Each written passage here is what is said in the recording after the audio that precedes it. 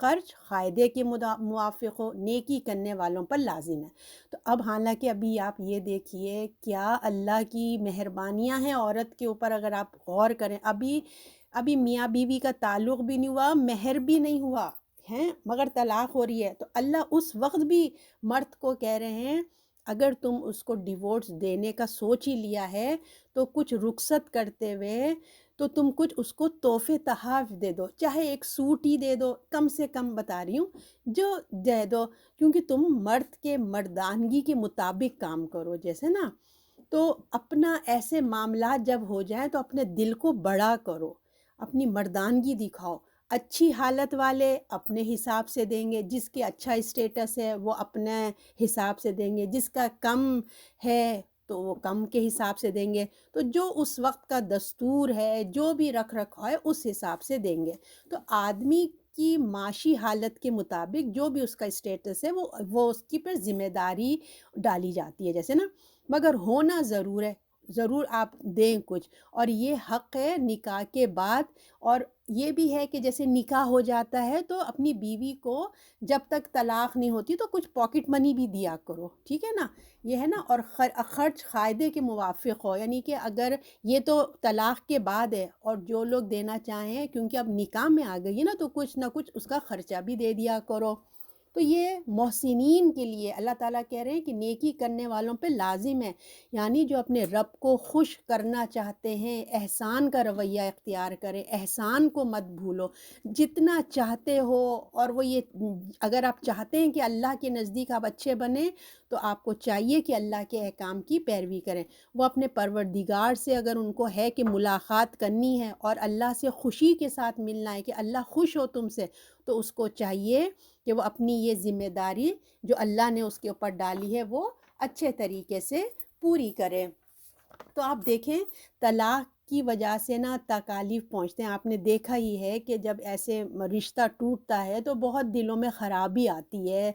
اور اسی لیے جو تحفہ اللہ نے کہا ہے نا کچھ دے دلا کے اس کو رخصت کرو، تو اس سے کیا ہوتا ہے تحفہ دینے سے دل میں جو نفرت آتی ہے، انتقام کے جذبے ہوتے ہیں وہ ٹھنڈے ہو جاتے ہیں۔ اور پھر آپ یہ بھی دیکھیں کہ نکاح پہ خرچہ کتنا آتا ہے، لڑکی والے لوگ جو کرتے ہیں تو ان کی بھی تھوڑا سا ان کی بھی ریلیکس ہوگا، ان کو بھی دل میں گنجائش پیدا ہوگی، ہے نا۔ تو یہ ہمارا دین ہے، یہ ہمارا دین ہے، دیکھیں جو ہم کو ناراضگی میں بھی بتاتا ہے، اس خوشی میں تو سب تحفے تحائف دیتے ہی ہیں، مگر یہ ہمارے اسلام کی بیوٹی ہے کہ اگر تم ناراض بھی ہو تب بھی ایک دوسرے کو تحفے دے دیا کرو۔ ہم دوسرے اوقات میں تو دیکھیں بہت دیتے ہیں، شادی کی رسموں میں دیکھیں پتہ نہیں کیا، ان کو جوڑا، ان کو جوڑا، ان کو تحفہ، ان کو تحفہ، حالانکہ کوئی شریعت کے احکام میں نہیں ہے کہ وہ لڑکی کی اماں کو لڑکے کی اماں کو جوڑے دیے جائیں، سیٹ دیے جائیں، کچھ بھی، کوئی اللہ نے پابندی نہیں لگائی ہے، مگر جب اللہ کا حکم آتا ہے نا کہ دو، تو اس وقت جو ہے وہ دینے میں ان کا دل ہی نہیں چاہتا ہے نا، مہر بھی نہیں دیتے، اور ابھی تو دیکھیں رشتہ بھی قائم نہیں ہوا، اس پہ بھی اللہ نے حکم دیا کہ کچھ نہ کچھ دے دو، تو یہ اللہ کے حدود ہیں، اللہ نے حرام حلال ہمیں سب کچھ بتا دیا، تو اس میں دیکھیں ہم عمل کرنے میں ہمارا ہی فائدہ ہے۔ اور پھر یہ بھی دیکھیں جو مال میں نہ صرف انسان کا اپنا ہی حق نہیں ہوتا، مال میں سب کا حق ہوتا ہے، خرچ کی ابتدا گھر والوں سے ہوتی ہے نا، اور جو ہے غم کا موقع ہی کیوں نہ ہو، سوچیں طلاق والی ہوں اور تحفہ دینے سے بولا جا رہا ہے تو جو گھر میں رہتی ہے تو اس کا کتنا ہوگا، ابھی ایک لڑکی گھر بھی نہیں آئی ہے، ابھی اس کا مہر بھی نہیں مقرر ہوا ہے، اللہ نے اس کے لیے بھی کہہ دیا کہ کچھ دینا ہے، ابھی ڈسٹینس پہ، تو جو بیوی گھر پہ رہ رہی ہے اس کا کتنا خیال کرنا ہوگا، اللہ تعالیٰ نے یہ اتنا بتایا ہے۔ تو ہمارے دین کی خوبصورتی آپ دیکھیں کہ کتنی زیادہ ہے۔ اب آیت نمبر ہے 237، اس میں بتایا جا رہا ہے اگر تم نے اس سے قبل انہیں طلاق دی کہ تم نے انہیں ہاتھ لگایا ہو، ان کے لیے تم مقرر کر چکے تھے مہر، تو جو تم نے مقرر کیا اس کا نصف ادا کر دو، مگر یہ کہ وہ عورتیں درگزر کریں۔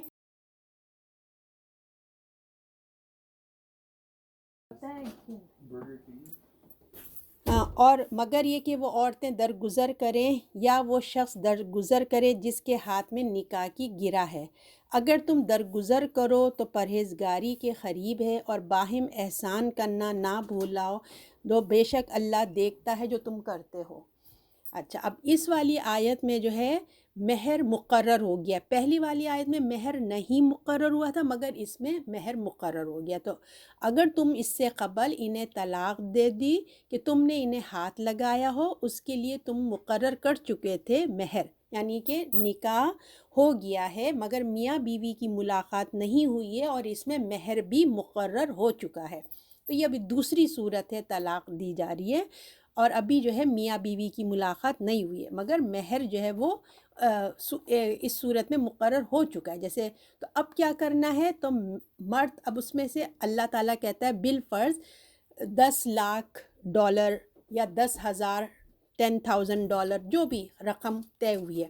اب مرد کو کہا جا رہا ہے کہ اگر 10,000 ہے یا 10 لاکھ ہے تو 5 تم نے دے دینا ہے۔ یہ حکم اللہ تعالیٰ نے دیا ہے۔ تو مرد کا حق ہے، یعنی کہ تم اب اس کو دے دو۔ مرد کا حق ہے چھوڑنا، یہ ہے کہ وہ فراغ دلی سے کام لے۔ اب آگے اللہ تعالیٰ کیا کہہ رہے ہیں، تم مقرر کا مہر تو جو تم نے مقرر کیا تھا اس کا آدھا دے دو، مگر یہ کہ وہ عورتیں درگزر کریں یا وہ شخص درگزر کرے جس کے ہاتھ میں نکاح کی گرہ ہے۔ اگر تم درگزر کرو تو پرہیزگاری ہے۔ اب بات ہو رہی ہے کہ آدھا دینا تو ہے، مرد کو تو آدھا ہی دینا ہے۔ اب دونوں کو یہ بات ہو رہی ہے کہ جو عورتیں درگزر کر دیں۔ اب عورت یہ بولے کہ بھائی اب تو یہ میرے نکاح میں ہی نہیں آیا، نکاح میں ہی نہیں رہا، میں اب یہ مہر لے کے کیا کروں، کوئی ہمارا تعلق تو ہوا نہیں تھا، یہ 5,000 جو اس نے مجھے دیے ہیں میں اس کو واپس کر دیتی ہوں۔ یا پھر مرد یہ سوچے کیونکہ اس کے 5,000 اس کو دینے، تو وہ تو دینا ہی دینا ہے، جو باقی 5 ہیں وہ بھی دے دے۔ ٹھیک ہے، یہاں پہ یہ بات ہو رہی ہے، تو اب اس کو آپ غور سے سنیں، میں اس کو بتاتی ہوں۔ تو مرد کا حق کیا ہے چھوڑنا، یہ کہ وہ فراغ دلی سے کام کرے، اور وہ یہ آدھے کے بجائے پورا دے دے، یعنی کہ 5 کی بجائے پورا 10 دے دے۔ یا پھر ایسا بھی ہو سکتا ہے نا کہ وہ 5 جو ہے اس نے نکاح کے ٹائم پہ ہی دے دیا، اسی وقت ہی ادا کر دیا ہو، اور باقی ابھی دینا باقی ہے، تو اللہ تعالیٰ کہتے ہیں وہ 5 جو باقی ہیں تم اس کو بھی دے دو۔ اور بیوی یہ کہے کہ ابھی تو جیسے ملاقات ہی نہیں ہوئی، کیوں میں بھی مہر کو معاف کر دیتی ہوں۔ تو یہ ان کی آپس کی بات ہے، اس میں جو ہے اللہ تعالیٰ نے ان کو حق دیا ہے یہ، ٹھیک ہے، کہ آپس کی ڈیلنگ کر دو۔ اور نکاح کی گرہ کیونکہ مرد کے ہاتھ میں، اب اللہ تعالیٰ یہاں پہ یہی بتا رہے ہیں کہ تم نفس ادا عورتوں درگزر کرو جس کے ہاتھ میں نکاح کی گرہ ہے۔ تو نکاح کی گرہ کس کے ہاتھ میں ہوتی ہے، مرد کے ہاتھ میں ہوتی ہے۔ تو اب اللہ اس سے یہاں فرما رہے ہیں کہ نکاح کی گرہ جو ہوتی ہے مرد کے پاس ہوتی ہے۔ اس سے یہ بات واضح ہو گئی کہ نکاح کا جو رشتہ ہے اور جو ہے طلاق دینے کا جو اختیار ہے، گویا کہ وہ کس کے ہاتھ میں ہے، مرد کے ہاتھ میں۔ تو نکاح میں دونوں کی رضامندی ہوتی ہے، جب نکاح ہو رہا ہوتا ہے تو لڑکا اور لڑکی دونوں کی رضامندی سے نکاح ہوتا ہے، اور اس کے لیے ایک کیوں، اس لیے کہ خاندان وجود میں آتا ہے نا، اور یہ ایک بہت بڑی ذمہ داری ہے جس میں عورت بھی فیصلہ کرتی ہے کہ میں اس مرد سے نکاح کے لیے راضی ہوں، ہے نا، اور بیوی بننے کے لیے تیار ہوتی ہے، اور اسی طرح لڑکا بھی اس کو بیوی بنانے کے لیے تیار ہوتا ہے۔ تو اس کو معاہدے میں دونوں کی ذمہ داری ہے، ٹھیک ہے نا، مختلف ہے، دونوں کی ذمہ داریاں مختلف ہیں، مرد اور عورت کی۔ عورت ہر کوئی پہ جو نا معاشی یہ جاب کی ذمہ داری اللہ نے عورت کے اوپر نہیں ڈالی، اگر کہ وہ اپنے مال میں سے خرچ نہ کرے، جیسے جاب بھی کرتی ہے اپنا مال خرچ نہ کرے تو اس کی کوئی ذمہ داری نہیں، اللہ اس سے پوچھ نہیں کرے گا، اپنی خوشی سے وہ جتنا چاہے دے دے۔ لیکن شوہر پہ ساری ذمہ داری عورت کی ڈالی گئی ہے، اگر وہ ذمہ داری ادا نہیں کرتا ہے نا تو اس سے پوچھ ہوگی، اس کا کھانا پینا، کپڑا، خرچے، پاکٹ منی، ہر چیز جو ہے وہ ایک مرد کے اوپر آتی ہے، ٹھیک ہے نا۔ تو جب ساری ذمہ داری مرد ہی کی ہے تو اس لیے طلاق کا حق بھی اللہ تعالیٰ نے مرد کو دیا، اس لیے کہ وہ تمام گھر کو، عورت کو ٹیک کیئر کر رہا ہے نا، وہ گھر کا قوام ہے، بڑا ہے، تو اس لیے اللہ نے اس کو طلاق کی بھی ذمہ داری دی ہے۔ تو شوہر کی ذمہ داری ہے کہ بیوی کا مہر ادا کرنا ہے اور اس کے کھانے پینے اور باقی ضروریات کا خیال رکھنا ہے۔ اور عورت بھی اپنے شوہر کی کمائی کے اندر، اب عورت کی بھی ذمہ داری ہے کہ جتنا شوہر کا بجٹ ہے اس کے اندر اپنی خواہشات رکھے، اپنی فرمائشوں کو کنٹرول میں رکھے، ٹھیک ہے؟ اور بچہ ہے تو اس کی بھی ذمہ داری ادا کرنی ہے، عدت میں بھی۔ اور جو مرد لوگوں کو بچوں کا بھی خرچہ کرنا ہے، اگر عدت میں ہے عورت تب بھی اس کو کھانا پینا دینا ہے، اور اگر وہ دودھ پلاتی ہے طلاق کے بعد، جب گھر میں تب تو دے ہی رہا ہے، اور طلاق کے بعد بھی وہ بچے کو دودھ پلانے کا خرچہ دے گا، عورت کو خرچے کی ذمہ داری ہے۔ تو یہ تمام ذمہ داری کی وجہ سے تو طلاق کی بھی کبھی نوبت آ جاتی ہے نا، تمام یہ گھر کے اندر ٹوٹ جاتا ہے گھر۔ تو دونوں سے جب دونوں الگ ہو سکتے ہیں تو عورت بھی طلاق کا مطالبہ کر سکتی ہے، ہم نے یہ لاسٹ ٹائم پڑھا تھا۔ بس عورت کا یہ ہے کہ اس کو کورٹ جانا پڑتا ہے، اگر مرد نہ دے تو مرد اپنے طور پہ دے سکتا ہے، مگر حق جو ہے طلاق دینے کا وہ مرد کے ہاتھ میں۔ تو اللہ کی خلقت کے حساب سے مرد اور عورت کو ایک دوسرے پر برتری نہیں ہے۔ میں نے آپ کو پہلے بھی بتایا تھا نا، دونوں تقوی کے لحاظ سے برابر ہیں، اس کی نمازیں، اس کی نمازیں، نیک اعمال سب ایکول ہیں، مگر برتری جب ایک رشتے میں قائم ہوتی ہے نا، ایک فیملی جب بنتی ہے، اس میں اللہ نے ایک نظام چلانے کے لیے ایک دوسرے پہ اللہ نے ایک لیول ہائی کیا ہے۔ مثلا میاں بیوی میں میاں کو، ماں باپ میں ماں کو 3 درجے دے دیا، باپ سے 3 درجے اعلیٰ دے دیا، بہن بھائی میں جو ہے جو بڑا بھائی ہو یا بڑی بہن ہو اس کو عزت کا دیا ہے، اولاد اور ماں باپ میں جو ہے باپ کا درجہ ہے، گھر میں باپ کا درجہ ہے بڑا، ہے نا۔ تو اسلام کی یہ خوبصورتی ہے کہ رشتہ ایک دوسرے کو عزت دیتے ہیں، جو رشتے کی وجہ سے فیملی میں ہم ان کو امپورٹنٹ دیتے ہیں، ٹھیک ہے نا، ایک خاندان بنتا ہے۔ اب دیکھیے یہ جو ماں باپ کو ہم اولڈ ہاؤس میں چھوڑ آئیں، یہ ہمارا دین ہم کو کیا کہتا ہے کہ ماں باپ کی خدمت کرنی ہے، یہ ہمارا دین ہمیں سکھاتا ہے نا، یہ عزت ہمیں ہمارے دین نے دی ہے، ہمارے دین ہمیں دیتا ہے نا۔ تو اب مہر جو ہے، اب یہاں پہ یہ بتایا جائے، تو پھر جو ہے تم کو جو بیوی ایک درجے کی جو فضیلت دی گئی ہے نا، لڑکے کو کہا جا رہا ہے تمہارا جو ایک لیول اپ کیا گیا ہے، تم کو قوام بنایا گیا ہے، تو اس کو ثابت کرو کہ تم بڑے بنے ہو، تو بڑے بن کر دکھاؤ، ٹھیک ہے نا۔ تو اب مہر جو ہے وہ آدھا تو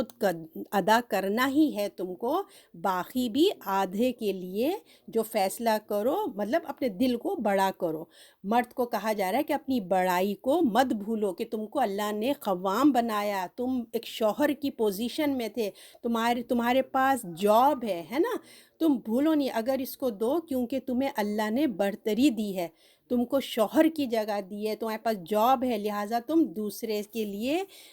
کم کرنے کی بجائے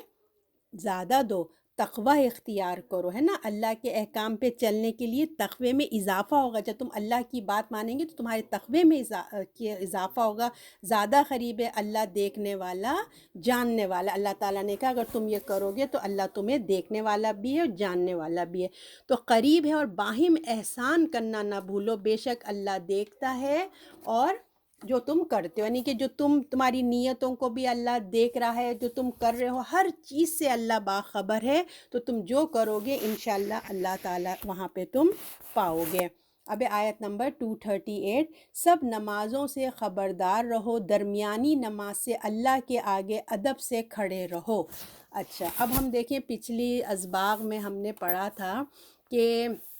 ہم نے انفاق کے بارے میں پڑھ رہے تھے کہ خرچ کرو، جہاد کے بارے میں پڑھ رہے تھے، آیت چل رہی تھی، تو اب اس کے بیچ میں سوال جواب شروع ہو گئے تھے، ہے نا۔ جہاد کا جب آیا تو بیوائیں، بچے یتیم ہونے لگے، عورتیں بیوہ ہونے لگی، تو اس سے نکاح کا ایک سلسلہ شروع ہو گیا، تو ساتھ ساتھ ہی یہ تمام سوالات بھی شروع ہو گئے تھے۔ تو اللہ تعالیٰ نے کہا یہ یاد رکھو، یہ احکامات، یہ شریعت اللہ کا دین ہے، اس کا قانون ہے، اگر تم اس پر قائم رہنا چاہتے ہو تو کیا ہے، نماز پر قائم رہو، یعنی کہ سب نمازوں سے خبردار رہو، درمیانی والی نماز اللہ کے آگے ادب سے کھڑے رہو۔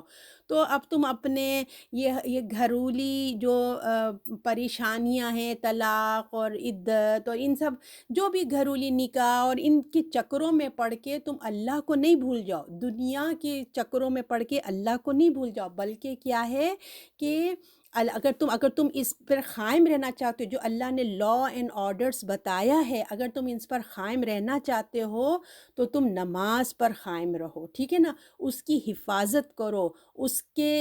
اگر اس کے دین کو قائم رکھنا چاہتے ہو تو خدا کو یاد رکھو۔ اور ہمیں خدا کیسے یاد رہے گا؟ اس کے احکامات بھی اگر ہمیں خدا یاد رہے گا تبھی تو ہم اللہ کے احکامات پہ چلیں گے نا، احکامات کو یاد رکھیں گے، اس کا دین قائم رہے گا، اور اس کی یاد قائم رکھنے کے لیے ہمیں بہترین طریقہ جو بتایا گیا ہے وہ کیا ہے؟ نماز ہے نا، دن میں 5 ٹائم اللہ نے ہم کو نماز کے لیے دیے، تاکہ ہم تھوڑی تھوڑی دیر کے بعد اللہ ہمیں بلاتے ہیں اپنے دربار میں، اور ہمیں یہ احساس دلاتے ہیں کہ تم خدا کے بندے ہو، اور ایک دن اس کے سامنے تمہیں پیش ہونا ہے، اپنی زندگی کا حساب دینا ہے تمہیں۔ اور نمازوں میں بھی خاص کر عصر کی نماز پر توجہ دلائی گئی ہے، کیونکہ دیکھیں اب اگر ہم عرب کا معاشرہ اس ٹائم کے اس میں دیکھتے ہیں تو عصر کے وقت دیکھیے بہت بیزی وقت ہوتا ہے نا، مغرب ہو رہی ہو، الیکٹریسٹی نہیں تھی اس ٹائم پہ، رات ہونے والی ہے اور جلدی سے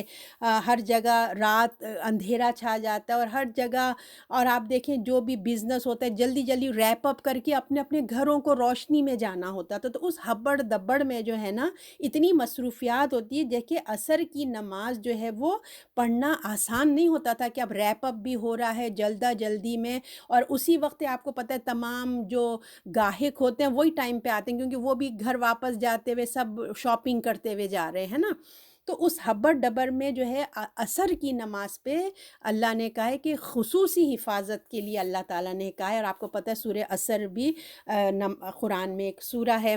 تو آسان نہیں ہوتا، تو لہٰذا خاص خیال رکھو۔ ہم اپنے طور پر دیکھیں آج کے دور، ہر کا دور الگ ہوتا ہے اور ہر کی اپنی اپنی اسٹرگل ڈیفرنٹ ہوتی ہے، تو ہم اپنے طور پہ دیکھیں کہ ہماری کون سی نماز خطرے میں ہے۔ آج کل دیکھیں کسی کی فجر کی نماز لوگوں پہ بہت بھاری ہوتی، کیونکہ رات اتنی دیر سے سوتے ہیں تو فجر میں اٹھنے کے لیے نہیں ہوتا، اور کسی کی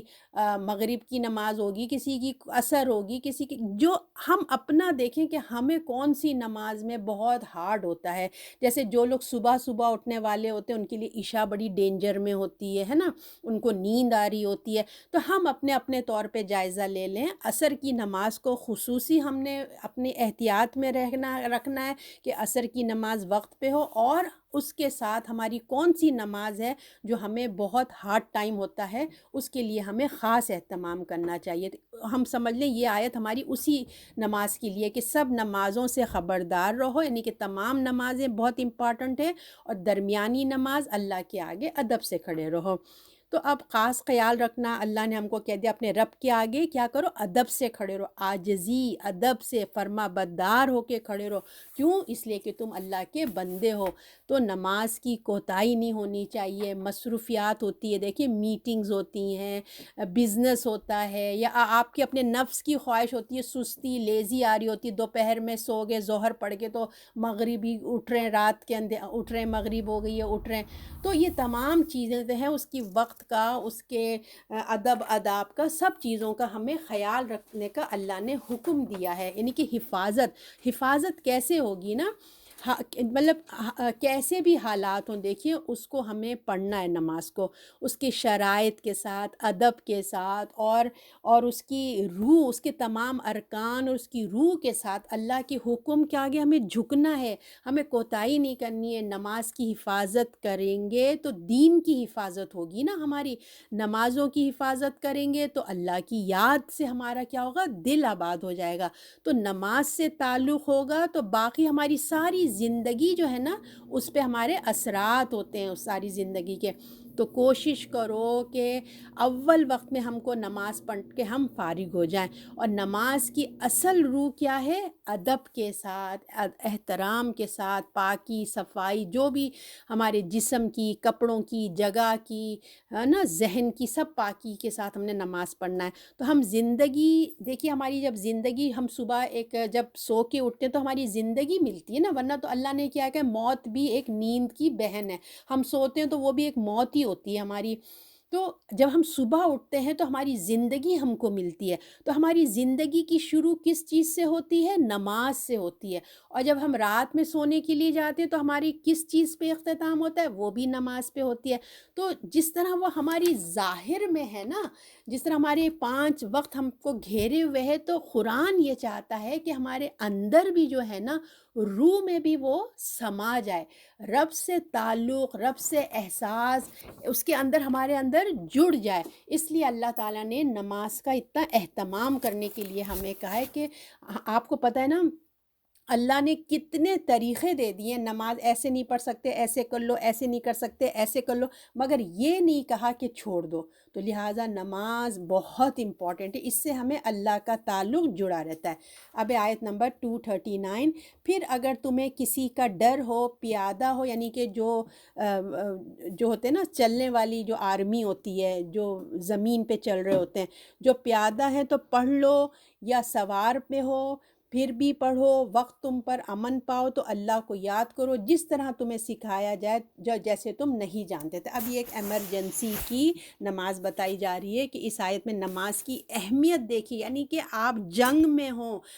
آپ سواری پہ بیٹھے ہوئے ہوں، آپ جو ہے پلین میں بیٹھے ہوں، آپ ٹینک میں بیٹھے ہوں، آپ جو آرمی ہوتی ہے نا، جو زمین پہ جو ہوتی ہے، فائٹ کر رہی ہوتی ہے فیس ٹو فیس، آپ اس میں ہو، اگر نماز کا وقت آ گیا ہے اور آپ کو پتہ ہے کہ شہادت کبھی بھی ہو سکتی ہے نا، کچھ بھی ایمرجنسی ہو، تو آپ کو نماز نہیں چھوڑنا ہے، اس وقت بھی نماز پڑھو. تو اس کا طریقہ ہم آگے بھی پڑھیں گے کہ اللہ نے وہ بھی طریقے بتائیں کہ کس طریقے سے نماز ہوتی. چلتے چلتے نماز پڑھ لو، اپنی تسبیحات پڑھ لو، اپنے مائنڈ میں پڑھ لو، ایسے اللہ تعالیٰ نے ہمیں طریقے بتائیں. تو اس آیت میں نماز کی اہمیت اور کچھ جیسے میں نے آپ کو بتایا ایمرجنسی کی حالت کا طریقہ بتایا جا رہا ہے کہ اپنے پروردگار کو یاد رکھنا ہے، نماز کو نہیں چھوڑنا، اس حالت میں بھی اپنے پروردگار کو یاد رکھو. تو نماز کی شرط، ادب، روح، ارکان، سب چیزوں کا خیال رکھو، نماز ادا کرو. تم اپنی نمازوں کی حفاظت کرو گے تو کیا ہوگا؟ اپنی دین کی حفاظت کرو گے. جیسے میں نے آپ کو بتایا تھا، اللہ کی یاد سے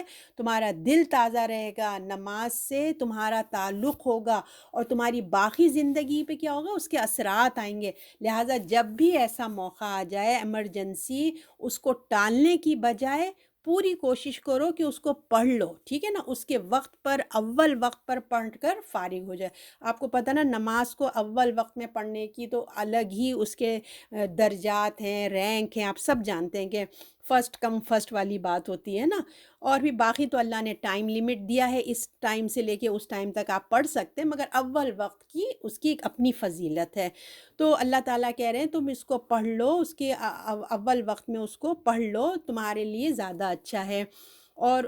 پھر کیا ہے؟ فارغ ہو جاؤ، کیونکہ خدا کی یاد سے یہ حقیقی زندگی حاصل ہوتی ہے ہم کو. اگر جسم سے روح نکال دی جائے، دیکھیں اگر ہمارے جسم سے روح نکل گئی تو پھر صرف کیا ہے ہمارے پاس؟ گوشت ہیں اور ہڈیاں، یہی رہ جاتے ہیں نا. روح نکل گئی تو ایک ڈھانچہ ہی رہ جاتا ہے. لہٰذا اس گوشت اور ہڈیوں کی روح نماز ہے. نماز جب تک ہمارے گوشت میں، ہڈی میں ہماری روح اندر ہے نا، تو اس کو کھانا دو، اس کی روح نماز ہے. اس کی اہمیت کا اندازہ دیکھیں، اس آیت میں آپ کو بتایا جا رہا ہے کہ اگر جیسے وقت آئے اس کو پڑھ لو. آپ نے پڑھا نا، پھر اگر تمہیں کسی کا ڈر ہو تو پیادہ پڑھ لو، سوار ہو، پھر جس وقت تم امن پاؤ تو اللہ کو یاد کرو، جس طرح تمہیں سکھایا جاتا ہے. تو یعنی کہ جس قسم کی بھی صورت حال ہے تو ہمیں اس حالت میں اللہ کا نماز کو پڑھ لینا چاہیے، ٹالنا نہیں چاہیے. صورت حال اس کو پڑھ لیں. اگر پیدل کھڑے نہیں ہو سکتے تو بیٹھیں. جیسے کہ خاص کر یہاں پہ جیسے جنگ کی حالت میں بتایا جا رہا ہے کہ جنگ کی حالت میں اگر اگر تم سواری پر ہو اور نہیں روک سکتے، ہم جا رہے ہیں، ٹریول کر رہے ہیں، یا کوئی جس طریقے سے جنگ کی کوئی ایمرجنسی ہوئی ہے تو نہیں رک سکتے، تو اس پر بھی کیا ہے، نماز ادا کر لو۔ ہر جگہ اللہ تعالیٰ آپ دیکھیں کتنا امپورٹنٹ دے رہے ہیں، مگر اللہ تعالیٰ نے کہا جب تم اطمینان کی حالت میں آ جاؤ، یعنی کہ جنگ کی حالت سے نکل جاؤ، یا ٹریول میں ہیں، یا کوئی ایمرجنسی میں ہیں، ہم ان حالت سے نکل آئے، نارمل میں آ گئے، تو اللہ کو اسی طرح یاد کرو جس طرح اس نے تمہیں سکھایا، یعنی کہ فرض کو صحیح طریقے سے ادا کرو، جتنے فرض ہیں ان کو ادا کرو، سنت کا اہتمام کرو، قیام صحیح سے کرو، رکوع سجدہ۔ اب کیونکہ اب گاڑی میں بیٹھیں تو بیٹھے بیٹھے ہو گئی، یا اشاروں میں نماز پڑھ لیا، یا پیدل ہیں چلتے چلتے نماز پڑھ لیا، جس طریقے سے بھی اللہ تعالیٰ نے ہمیں بتاتے ہیں ایمرجنسی کی، وہ کر لیا۔ لیکن جب آپ اپنی نارمل حالت میں آ گئے تو اپنا قیام، رکوع سجدہ، تسبیحات، قرآن، ہر چیز کا اہتمام ہم نے صحیح سے کرنا ہے۔ تو اس سے معلوم ہوتا ہے کہ نماز کا طریقہ اللہ نے ہمیں رسول کے ذریعے سکھایا ہے نا۔ ہر نبی نے اپنی ہر شریعت میں نماز رہی ہے، تو نماز کے بعد جو اللہ تعالیٰ نے کہا نا، اللہ کو یاد کرو جس طرح تمہیں سکھایا ہے، تم نہیں جانتے تھے، نہیں کہ نماز بھی جب پڑھ لو، نماز کے بعد بھی ذکر اذکار اللہ کے کیا کرو، جیسے تسبیح فاطمہ ہے نا، اللہ اکبر الحمدللہ سبحان اللہ ہے، اور 3 خل ہیں، اور آیت الکرسی ہے، تو سب اللہ کا ذکر ہے نا۔ کیوں ہمارے رسول اللہ نے بتایا ہے کہ ہر نماز کے بعد 33 ٹائم پڑھ لو، یا 33 نہیں پڑھتا، بعض حدیث میں 10 ٹائم بھی آتا ہے، ٹھیک ہے نا۔ تو اس سے کیا ہوتا ہے، جب ہم اللہ کی تسبیح نماز کے بعد کرتے ہیں نا، تو جو ہماری نماز کی غلطیاں ہوئی ہیں، جو ہماری خشوع خضوع نہیں ہو سکتا ہے، اس کمی کو وہ دور کرتا ہے۔ تو اللہ تعالیٰ ہمیں اپنی نمازوں کو صحیح سے ادا کرنے والا بنائے، اس کا حق۔ اب ہے 240 آیت، جو لوگ تم میں سے مر جائیں اور عورتیں چھوڑ جائیں تو اپنی عورتوں کے لیے وصیت کر دیں 1 برس تک خرچ دینا گھر سے نکالنے بغیر، پھر اگر وہ عورتیں آپ نکل جائیں تو تم پر کچھ گناہ نہیں اس میں کہ وہ اپنے حق میں بھلی بات کریں، اور اللہ زبردست ہے، حکمت والا ہے۔ اچھا، اب ایک اور مسئلے کو یہاں واضح کیا جا رہا ہے کہ بیوی کی عدت کے بارے میں بتایا جا رہا ہے کہ اگر شوہر مر جائے، اس عورت کو کیا کیا جائے؟ کیا گھر سے نکال دیا جائے کہ اب شوہر نہیں ہے، نکل جاؤ، دھکے دے کے نکل جائے، چلی جاؤ یہاں سے؟ تو اس کے ساتھ کیا صرف عدت کی مدت تک ہی اس کا خیال رکھا، یعنی کہ اب 4 مہینے 10 دن تک ہی اس کو رکھنا چاہیے؟ کیا کرنا چاہیے؟ تو ان سوالات کا جواب ہمیں قرآن دے رہا ہے۔ اگر جیسے مرد تو بیوی کے لیے اس میں کہا جا رہا ہے کہ مرد کو چاہیے، جیسے اب بعض دفعہ تو دیکھیں خدا نخواستہ اچانک آ جاتی ہیں، بعض دفعہ ایسا ہوتا ہے کہ بہت انسان بیمار ہوتا ہے تو اپنی وصیت لکھا سکتا ہے، نہیں بھی لکھا سکتا تو انسان کو چاہیے اپنے گھر والوں کو بتا کے، یہ جو ایسی موت تو ایسی چیز ہے نا کہ ایسا گیمبلنگ کہنا چاہیے، موت ایسا جوا ہے، کب آ جائے کچھ نہیں پتہ ہوتا ہے نا۔ تو اس لیے اپنے جو اللہ کے احکامات ہیں، وصیت نصیحت سب بتا کے رکھنا چاہیے ایک دوسرے کو، کسی پہ قرض تو نہیں ہے۔ تو اس میں سے ایک یہ بھی ہے کہ بھائی اگر میں مر جاؤں تو میری، اگر جوائنٹ فیملی میں رہ رہے ہیں تو اپنی فیملی والوں کو بتا کے جائیں کہ میری بیوی کو گھر سے نہیں نکال دینا ہے نا۔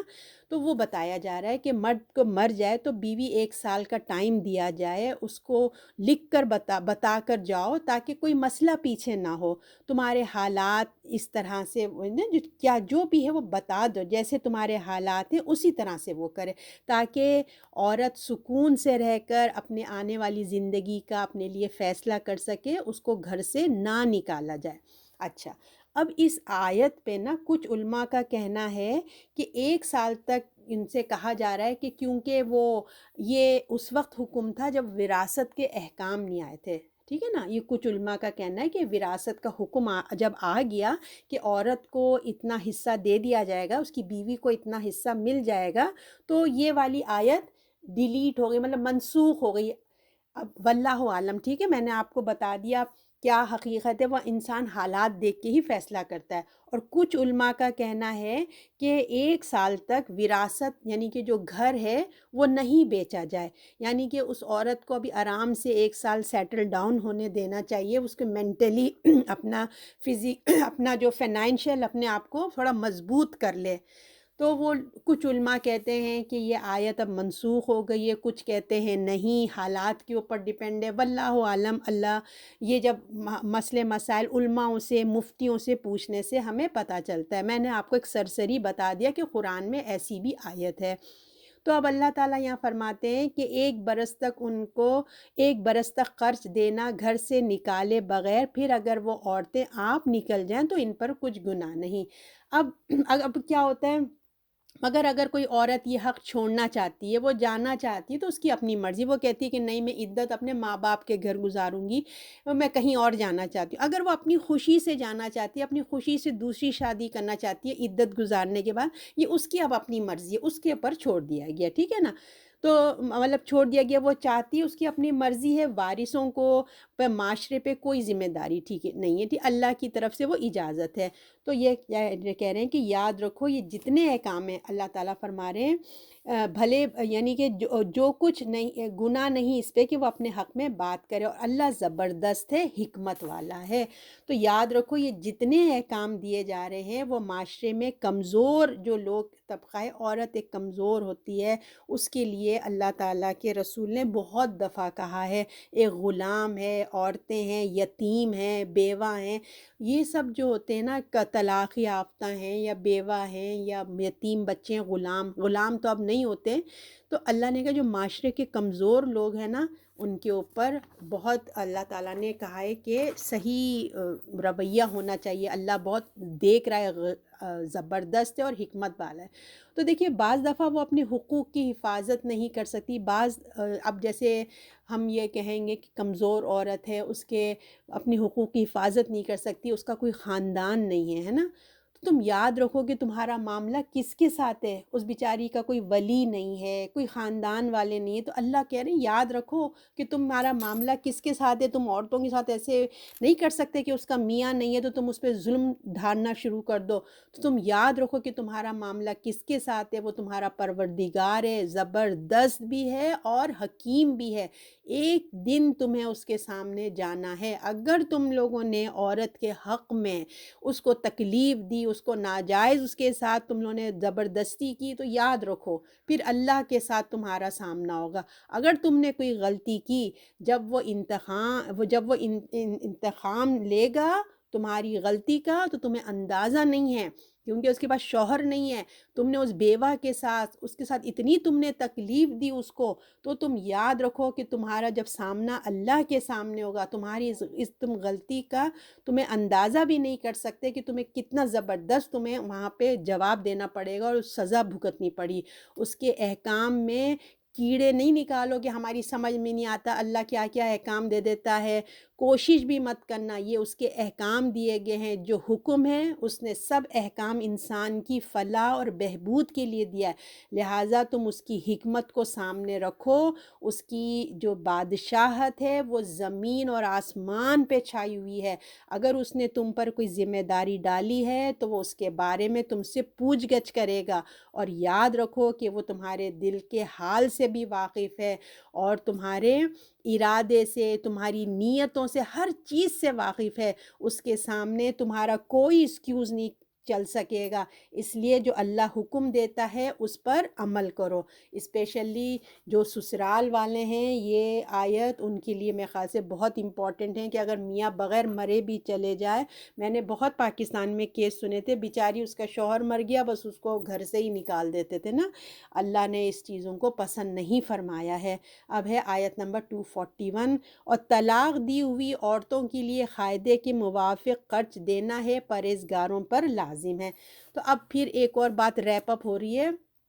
کہ جو طلاق والی عورتوں کو کچھ دے کے رخصت کرو۔ ہم نے یہ پہلے بھی پڑھا تھا نا کہ تحفے تحائف اور جو تحفے تم نے دیے تم واپس نہیں لے سکتے، مہر تو دینا ہی دینا ہے، وہ تم پر فرض ہے، اگر کچھ تحفے بھی دیا ہے وہ بھی واپس نہیں دینا، اور مزید بھی بتایا جا رہا ہے کہ اس کے جاتے ہوئے تم کچھ نہ کچھ رخصتی کے وقت اس کو کچھ دیو، اس لیے کہ دیکھیں اب وہ تم تو گھر میں تھی، وہ جاب نہیں کرتی تھی، وہ معاشی حساب سے آپ اپنے جاب والی لڑکیاں یہ نہ سوچیں کہ ہم تو جاب کرتے ہیں، یہ پورا یونیورس کے لیے قرآن آیا ہے۔ ایک غریب عورت جس کا کوئی والی بھی نہیں ہے، کوئی خاندان والے بھی نہیں ہیں، کوئی جاب بھی نہیں ہے، ہم سب کو اللہ تعالیٰ کور کرتے ہیں، ٹھیک ہے نا؟ تو اگر امیر بھی ہے تب بھی اللہ تعالیٰ کہتے ہیں کچھ نہ کچھ تحفے تحائف دے کے رخصت کرو، کیونکہ اب وہ اپنی نئی زندگی شروع کریے، پتہ نہیں اس کو کیا مشکلات پڑیں، اس کو کچھ مالی مدد کرو، اپنی وسعت کے مطابق کرو۔ ہر انسان اپنی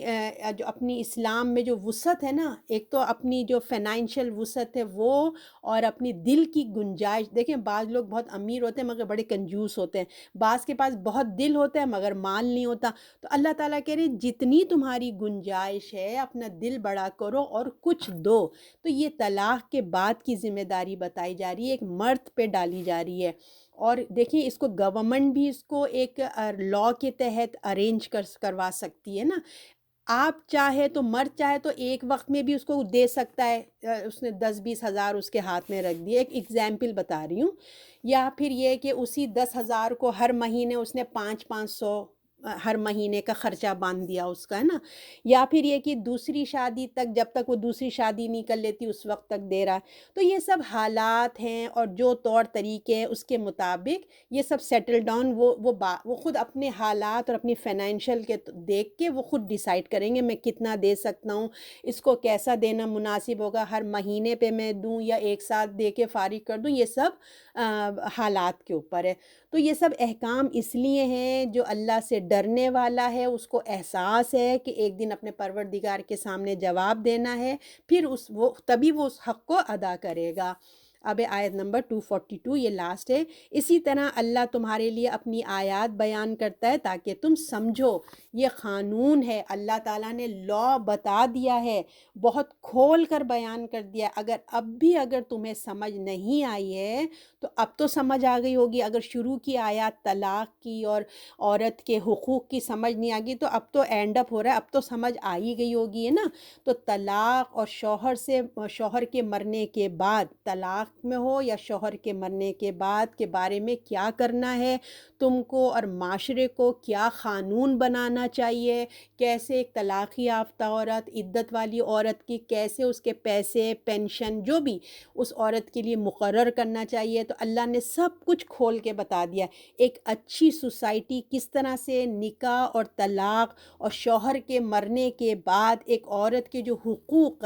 کیسے ادا کرنے چاہیے، یہ اللہ نے بہت ڈیٹیل میں بتا دیا۔ خیال رکھا جائے گا کیا آداب ہیں، کن حدود کا خیال رکھنا چاہیے، کیونکہ اکثر جب طلاق ہوتی ہے تو دیکھیں جذبات ہوتے ہیں، انتقام ہوتا ہے، ریونج ہوتا ہے، تو ایسے موقع پہ قرآن کے یہ احکام کو پڑھ لینا چاہیے۔ خدا نخواستہ کسی کے گھر میں بھی جب ایسے حالات ہوں، جب انسان کے دل میں دماغ پہ شیطان چڑھ رہا ہوتا ہے، تو یہ قرآن کی جو آیات ہم نے پڑھی ہیں ان کو مشورہ دینا چاہیے، ٹھنڈے دل سے ان کے درس سن لو یا یہ پڑھ لو، ٹھیک ہے نا۔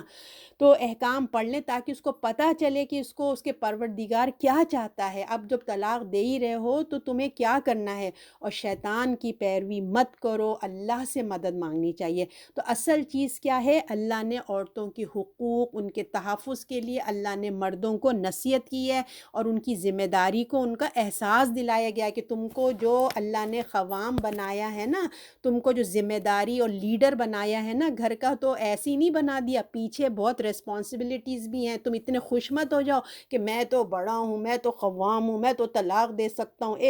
اتنی آسانی سے نہیں چھوٹ جاؤ گے، پیچھے بھی تمہاری اللہ نے بہت تمہارے اوپر ذمہ داریاں ڈال دی ہے۔ ایک عہدہ ہے، جتنا بڑا آپ دیکھیے آپ کو عہدہ ملتا ہے نا، آپ کو جتنے اچھا آپ کو پوزیشن ملتی ہے اس کے ساتھ ریسپانسبلٹیز بھی آ جاتی ہیں۔ تو مرد کی جتنی بڑی ریسپانسبلٹی ہے تو اللہ نے اس کو اسی طرح اس کی ذمہ داریاں بھی دی ہے۔ تو ان کی ذمہ داریوں کو احساس دلایا گیا ہے کہ تم اپنی فضیلت کو سمجھو، اللہ نے تمہیں ایک درجہ اوپر کیا ہے تو اس کے ساتھ کیا ذمہ داری ہے، ایسے موقع پر ایک اچھا مسلمان مرد کو کیا کرنا چاہیے۔ تمہارا معاملہ اس پروردگار سے ہے جو عظیم ہے، جو بصیر ہے، جو دیکھتا ہے، وہ سب پتہ ہے اس کو نا، تم اس کو دھوکہ نہیں دے سکتے، تمہاری نیتیں، تمہاری حرکتیں، ہر چیز اس کے سامنے۔ اس وقت سے ڈرو عورتوں کے معاملے میں کہ خدا اس کے ساتھ ہے، یاد یاد رکھو کہ کیونکہ وہ کمزور ہے تو اللہ اس کے ساتھ ہے، اگر ان کے حقوق ادا کرو گے تو اللہ کے پاس تم کو بہت کچھ، قیامت میں اللہ آخرت میں تم کو بہت کچھ عطا فرمائے گا، اگر نہیں کیا تو یاد رکھو پھر تم اس دن ادا کرو گے، اس دن انسان کے دینے کے لیے کچھ بھی اس کے پاس نہیں ہوگا سوائے اپنے نیکیوں کے، ہے نا؟ اور اگر وہ جو نیکیوں کی ہمارے پاس پونجی ہے، جو سیونگ ہے، اگر اس میں سے بھی کوئی حقدار آ گیا، اس میں سے بھی کوئی لینے والا آ گیا تو کیا بنے گا؟ پھر تمہارے پاس کیا رہ جائے گا، ہے نا؟ تو اس میں اس کو بھی کوئی لے جائے گا تو پھر تمہارے پاس تو کچھ بھی نہیں بچا۔ تو یاد رکھو، احتیاط رکھو، تو یاد رکھو کہ تمہارا رب تمہیں دیکھ رہا ہے۔ دیکھو تمہاری صرف عبادات ہی نہیں ہے کہ نماز پڑھ لیا، قرآن پڑھ لیا، یہی بہت کچھ ہے، بلکہ تمہارا ایک ایک عمل، تمہاری عبادت کے ساتھ تمہارا ایک ایک عمل، تمہارے الفاظ کو اللہ سن رہا ہے، تمہاری کردار، تمہاری نیت کو بھی چیک کر رہا ہے۔ آج اسلامی معاشرے میں لوگوں کو طلاق کتنی خلاف ورزیاں ہو رہی ہیں، آپ دیکھ رہے ہیں معاشرے میں کیا ہو رہا ہے، اور اپنے لیے بھی اذیت کا سامان کر رہے ہیں اور دوسروں کو بھی تکلیف دیتے ہیں۔ تو یہ سب دین سے دوری اور علم نہ ہونے کی وجہ سے ہے۔ اللہ کی حدود، حلال حرام سب بتا دیا گیا ہے۔ دیکھیں جب علم حاصل کریں گے تو اس کا فائدہ ہوگا اور دوسرے تک بھی ہم آگے پہنچائیں گے، ہے نا؟ تو ہم اللہ کے احکام کی پابندی کرتے ہیں اور اپنے لیے خیر کا سامان جب ہم کو علم ہوگا، ہم اللہ کے احکام کی پابندی کریں گے تو کیا ہوگا؟ ہمارے لیے خیر کا سامان ہوگا، اور اس سے کیا ہوگا؟ معاشرے کو بھی فائدہ ہوگا۔ تو صرف اللہ کی بندگی، ہمیں نماز، روزہ، زکوٰۃ، اللہ کی عبادت کے ساتھ ساتھ ہمیں معاملات میں بھی اللہ کا خیال رکھنا ہے، کیونکہ اللہ ایک ایک لفظ سن رہا ہے۔ ہم لوگوں کو تو دھوکہ دے سکتے ہیں مگر اللہ کو دھوکہ نہیں دے سکتے۔ اللہ تعالیٰ بہت جو ہے نا وہ غور فکر سے اللہ تعالیٰ دیکھ رہے ہیں۔ تو صدق اللہ العظیم۔ تو دیکھ لیں، ہم اس کو ریپ اپ کرتے ہیں کہ ہم نے ان آیات میں جو ہم نے پوری طلاق کی اور اس کی جو بھی ہم نے پڑھا ہے اس کو ہم ایک سمری دیکھ لیتے ہیں، کوئک سی سمری کہ ہم نے کیا کیا، ٹھیک ہے؟ تو ہم نے یہ دیکھا یہ تمام آیات میں کہ جو ہے احسان کرو، مین ہم نے یہی دیکھا ہے نا، شادی کی زندگی کا جو حسن ہے وہ کیا ہے؟ احسان میں ہے، ٹھیک ہے؟ احسان اور جب کوئی آپ پہ احسان کرتا ہے نا اس کا شکر ضرور ادا کرنا چاہیے۔ جس نے کچھ دیا ہے آپ بھی دیکھیں اس کو دینے کے لیے سوچتے ہیں نا کہ ہم اس کو دے دیں۔ تو احسان کے 3 طریقے ہوتے ہیں، یا تو آپ اس کو جیسا اس نے آپ کے ساتھ کیا ہے آپ بھی اس کے ساتھ ایسا کر دیتے ہیں، اور اگر آپ نہیں کر سکتے تو آپ شکریہ ادا کرتے ہیں اس کے لیے، اگر وہ غائب ہے احسان کر کے چلا گیا تو آپ اس کے لیے دعا کرتے ہیں، اور اگر کبھی لوگوں کے سامنے اس کے احسان کو یاد کر کے لوگوں کے سامنے اس کی تعریف کیا کریں، اس کا احسان کو یاد کیا کریں کہ اس نے آپ کے ساتھ احسان کیا ہے، ٹھیک ہے نا؟ یہ کوئی جب آپ پہ احسان کرتا ہے، چاہے وہ مرد ہو چاہے وہ بیوی ہو، ایک دوسرے کے احسان کو یاد رکھو اور اس کی تعریف، اس کا شکر، اس کے لیے دعا کیا کرو، ٹھیک؟ اور اچھے الفاظ میں لوگوں کے سامنے اس کو یاد کیا کرو۔ ہم لوگ کیا کرتے ہیں زندگی میں تو بڑی مشکل ہوتی ہے کہ بیوی میاں کی تعریف کر دے یا میاں بیوی کی، مگر مرنے کے بعد جو نا بڑے اتنے لمبے لمبے باتیں ہوتی ہیں، بڑے اچھے الفاظ میں ان کو یاد کیا جاتا ہے، اور شوہر کے احسان کو بیوی کو ہمیشہ یاد رکھنا چاہیے۔ ہمیشہ دیکھیں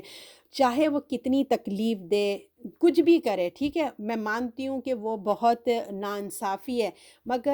مگر اس سے جو نعمت عورت کو ملتی ہے نا اس کا احسان وہ یاد ہے۔ کون سی وہ نعمت ہے؟ اولاد کی نعمت ہے، وہ مرد کے بغیر آپ پا ہی نہیں سکتی۔ کیوں؟ وہ تو آپ اگر حرام کام کرے گی تو آ جائے گا، مگر اس کی ایک یہ اللہ کا احسان ہے کہ اللہ نے تمہیں نکاح، وہ اس نے آپ کو ایکسیپٹ کیا ایز اے بیوی کی حیثیت سے، اور پھر ایک بہت بڑی نعمت جو اولاد جیسی وہ اسی کی وجہ سے ملتی ہے۔ تو اس احسان کے سارے باتیں ایک طرف، میاں کی تکالیف سب کچھ، مگر اولاد جیسی نعمت جو بہت ہر ماں کو بہت اچھی لگتی ہے اولاد، اس کو ماں بننے کا اعزاز اس شوہر کی وجہ سے ملتا ہے، اللہ تعالیٰ نے ایک ذریعہ بنایا، تو اس احسان کو کبھی نہ بھولو۔ لہٰذا اس کے اس احسان کو یاد رکھو، اس کو کم سے کم دعائی دے دو۔ تو آپ کی جو ہے احادیث صلی اللہ علیہ وسلم کی احادیث ہے کہ عورتوں کو جہنم میں زیادہ تر دیکھا گیا، کیوں؟ اس لیے کہ وہ شوہروں کی ناشکری کرتی ہیں کہ ہم نے تم سے کبھی کوئی خیر ہی نہیں پایا، ہے نا؟ تو شکر کی عادت ڈالنی چاہیے، اور جو ہے اور چاہے وہ دیکھیے چھوٹے ہوں، چاہے وہ بڑے ہوں، چاہے وہ نوکر ہوں، چاہے وہ مسلمان ہوں، غیر مسلم ہوں، تو ہمیں جو ہے نا شکر گزاری ہمارے اندر پیدا ہونی چاہیے۔ اور شادی کے موقع پر ہم نے ایک اور چیز ہم نے پڑھی کہ نماز کا خیال رکھنا چاہیے، اسپیشلی جب شادیوں کے موقع آتے ہیں نماز کو مت بھولو، ہے نا؟ چاہے خاص کر کے دولہا دلہن، وہ تو دلہن سمجھتی ہیں کہ نماز ہی نہیں پڑھنی ہے، نماز ہے نا، تو اس کا خیال رکھا جائے گا۔ اور ازواجی زندگی میں کتنی مصروفیات بڑھ جاتی ہے، چھوٹے بچے ہوتے ہیں ماں کے لیے، اور لڑکا بھی جابوں پہ مصروف ہو جاتے، تو کہا جا رہا ہے گھر، شوہر، بچے، گھر داری، ہر لحاظ سے تمام نماز کا اہتمام کرنا، اس کو یاد رکھو۔ اور جو نماز کی حفاظت کرے گا وہ وہ لوگوں کو حقوق کی بھی حفاظت کرے گا، یاد رکھیں۔ جو اللہ کے حق کا حق ادا کرے گا، اللہ کا شکر گزار ہوگا، وہ لوگوں کا بھی شکر گزار ہوگا۔ اور جو معاملات ہو جائیں گے تو وہ لوگوں تک، اور مطلب اس کی خیال رکھے گا نا۔ تو اللہ تعالیٰ ہمیں کتنے طریقے سے بار بار ہمیں سمجھا رہے ہیں، اور ہمیں اس میں ہمیں کیا پتہ چلتا ہے، ہمیں طلاق کے مختلف قسم کی باتیں پتہ چلی، اور ہمیں یہ بھی پتہ چلا کہ عدت کس طرح کی ہوتی ہے۔ اگر لڑکی خلا لیتی ہے، اپنے سے نکاح طلاق لینا چاہتی ہے، تو اس کی اگر وہ پریگننٹ نہیں ہے تو 1 مہینے کی ہے، ٹھیک ہے؟ اور اگر طلاق ہو جاتی ہے تو 3 مہینے کی طلاق کے بعد 3 مہینے کی عدت ہے۔ اور اگر اس درمیان بچہ ہو جاتا ہے، عدت میں بھی طلاق والی لڑکی ہے، اس نے پریگننٹ تھی اور دوسرے دن ہی بچہ ہو جاتا ہے، شام کو ہی ہو جاتا ہے، تو وہ اس کی عدت وہیں ختم ہو جائے گی، ٹھیک ہے؟ اور اسی لیے کہا گیا کہ پاکیزگی، اللہ نے یہی کہا نا کہ جب طلاق دو تو وہ عورت پاک ہو، یاد رکھو پیریڈز کے بعد عورت کو طلاق دو تاکہ کلیئر ہو جائے کہ وہ پریگننٹ نہیں ہے۔ اس سے کیا ہوگا، اگر تم نے دیکھیں اللہ کے ہر احکام میں مصلحت ہے، مرد لوگ نہیں دیتے، بس غصے جوش میں آ کے دے دیتے ہیں نا، تو عورت کی طلاق اتنی، جو طلاق کے بعد عدت اتنی لمبی ہو جاتی ہے، اگر بالفرض اس نے طلاق دی اور بیچاری کی پریگننٹ ہے، تو وہ 3 مہینے تو اس کی عدت نہیں ہوگی، پورے 9 مہینے اس کی عدت جائے گی۔ تو اس لیے مرد کو کہا گیا ہے کہ طلاق اگر دینا ہے تو طہر میں دو تاکہ وہ پاک ہو، پریگننسی میں مت دو اس کو، منع فرمایا ہے اللہ تعالیٰ نے، کیونکہ عدت پھر وہ بچے کی پیدائش تک، ہر عورت تو اتنا پیشنٹ نہیں رکھتی نا، کتنا ایمان کی وہ آ جاتی ہے، آزمائش آ جاتی ہے۔ تو طلاق دینا نہیں چاہیے، کیونکہ اللہ نے پہلے نمبر پہ یہ بتایا، ہمیں حدیث بھی ہم نے پڑھی تھی کہ طلاق نہیں، اللہ کو سخت ناپسند ہے، حلال چیزوں میں جو سخت ناپسند ہے وہ کیا ہے، طلاق دینا ہے۔ اور جب کسی کو طلاق ہوتا ہے تو جو شیطان اسٹیج سجاتا ہے نا سمندر میں، وہ سارے شیطان آ کے بتاتے ہیں آج ہم نے یوں کیا یوں کیا، جب وہ بتاتا ہے کہ میں نے میاں بیوی میں علیحدگی کر دی تو وہ اس کو شاباشی دیتا ہے، وہ بڑا خوش ہوتا ہے کہ اس سے ہی تو معاشرہ ٹوٹے گا، وہ بڑا خوش ہوتا ہے۔ تو اللہ تعالیٰ پہلے نمبر پہ کہتے ہیں طلاق اپنے مائنڈ سے نکال دو۔ اب تم لوگ کی شادی ہوئی ہے تو اب سوچو کہ اب ہم نے ساتھ ہی رہنا ہے، بچوں کے لیے رہنا ہے، اللہ کہ کوئی ایمرجنسیز ہو جائے، ایمرجنسیز آتے ہیں نا کہ آگ لگ جائے، خدا نخواستہ کچھ ہو جائے، تو ایک ایگزٹ کا دروازہ ہوتا ہے بھاگنے کے لیے، ایسے کوئی ایسی حالات آ جائیں تو اللہ نے ایگزٹ کا دروازہ رکھا ہے۔ اور قرآن اگر تمہیں دینا ہی پڑ جائے تو قرآن کا طریقہ یاد رکھو، صرف 1 طلاق دو تاکہ تمہارے ری یونین ہونے کے چانسز باقی رکھیں۔ یہ 3 طلاقوں کو ذہن سے نکال دو، کیونکہ دیکھیں 3 طلاقوں میں بھی اختلاف ہیں، کچھ کہتے ہیں کہ کتنی بھی طلاقیں دے دو وہ 1 کاؤنٹ ہوتی ہے، مگر دوسرا جو تھاؤٹ آف ہے وہ کہتا ہے کہ نہیں، 3 طلاق اگر آپ نے دیے تو طلاق ہو جائے گی۔ تو ان چیزوں سے بچو، یہ جھنجٹ ہی نہیں رکھو، 3 کا 1 طلاق دو، جو قرآن نے تمہیں طریقہ بتایا بس 1 دو، اس سے لڑکی بھی آزاد ہے، لڑکا بھی آزاد ہے۔ مت کرو یہ، اچھے سے اپنے بچوں کے لیے کرو، یہ سب ایسی باتیں مت کرو، ہے نا۔ اور اپنے جو بچوں کو بھی ہمیں سمجھا دینا چاہیے کہ پہلے تو طلاق دینا ہی نہیں ہے، شیطانی عمل ہے، شیطان بہت خوش ہوتا ہے، اگر تم نے ایسا کام کیا تو سمجھ لو تم نے شیطان کو خوش کیا، اللہ کہ کوئی ایمرجنسی آئے، اللہ نہ کرے کبھی تم لوگوں کی زندگی میں آئے، تو یاد رکھو بس 1 دو، تاکہ کبھی زندگی میں اپنے لیے دروازے اوپن رکھو، کہ کبھی احساس ہو، بچے ہو جائے، پتہ چل رہا ہے نا، کبھی بھی ہو سکتا ہے، تو اوپن رکھو۔ تو یہ تمام احکام دیکھیے جو میں نے آپ کو بتائے تھے نا، طلاق کے، عدت کی تمام چیزیں آپ کو پتہ ہے نا ہمارے ڈفرینٹ